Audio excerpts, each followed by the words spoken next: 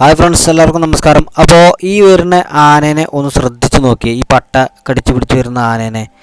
അപ്പോൾ നിങ്ങൾക്ക് ഈ ആനേൻ്റെ ബാക്കിൽ കാണാൻ പറ്റും, ഇത് ഗുരുവായൂർ ദേവസ്വത്തിൻ്റെ ആനയാണ്. ഇത് പൂന്താനത്ത് വന്നിട്ടുള്ളൊരു ആനയാണ്. അപ്പോൾ ഈ ആനേൻ്റെ വാലൊന്ന് ശ്രദ്ധിച്ച് നോക്കി. നമ്മൾ ഈ മരത്തുമ്മലൊക്കെ ഈ കയറ് കെട്ടി വലിച്ചാലുണ്ടാവില്ല ഒരു ചെറിയൊരു അടയാളം, അതേ കയറൊക്കെ മുറുക്കി അതേപോലത്തെ ഒരു അടയാളം നമുക്കിവിടെ കാണാം.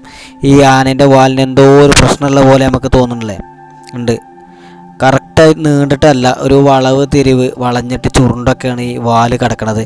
അപ്പോൾ ഇതെന്തുകൊണ്ടാണ് ഇങ്ങനെ വന്നതെന്ന് ആർക്കും അറിയില്ല. ഇതെന്ത് സംഭവം എന്ന് അറിയണവരുണ്ടെങ്കിൽ ഒന്ന് കമൻറ്റ് ചെയ്യുക.